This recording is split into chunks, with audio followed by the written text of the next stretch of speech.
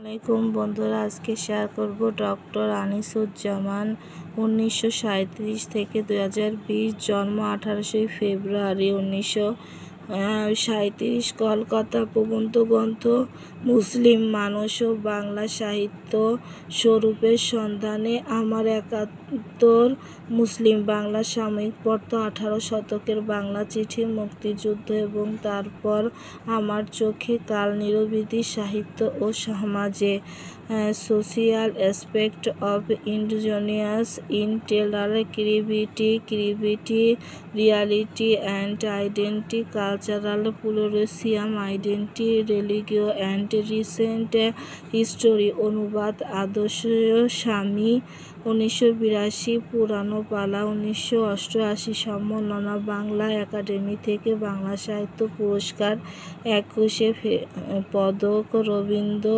ভারতী বিশ্ববিদ্যালয় থেকে সম্মানসূচক ডিলিট ডিগ্রি ভারতের সর্বোচ্চ বেসামরিক পুরস্কার পদ্মভূষণ পদক স্বাধীনতা পুরস্কার কলকাতার বিশ্ববিদ্যালয় থেকে জগত্তারিণী পদক। আমার সাথেই থাকবেন, লাইক শেয়ার কমেন্ট করবেন। আল্লাহ হাফেজ।